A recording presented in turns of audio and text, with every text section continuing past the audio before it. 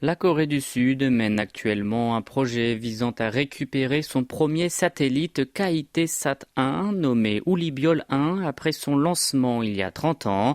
Son nom signifie notre étoile en coréen.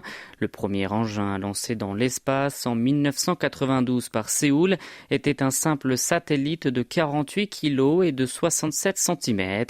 Il a joué malgré tout le rôle de précurseur dans l'ouverture de l'ère spatiale du pays du matin clair.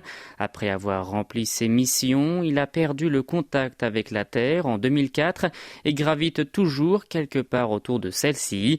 Il est devenu ainsi l'un des 36 000 débris spatiaux de plus de 10 cm de diamètre.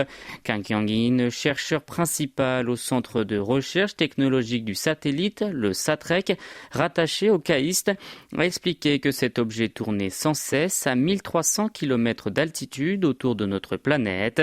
Les chercheurs de l'Institut qui avaient développé le satellite il y a 3 décennies se préparent à leur tour à le récupérer. Leur projet consiste à envoyer un satellite doté de bras robotiques à une orbite présumée être suivie par Ulibyol 1. Une fois ce dernier capturé, il sera rapporté dans l'atmosphère terrestre. Han Jae-hong, le président du SATREC, a rappelé de son côté que d'innombrables satellites étaient lancés dans l'espace, avant de souligner qu'il faudrait savoir se débarrasser des engins usés pour poursuivre les projets spatiaux. Des experts s'attendent à ce que des solutions similaires se développent comme une technique permettant de ramener des substances spatiales sur Terre et soient utilisées à l'avenir dans les recherches sur l'environnement de l'espace.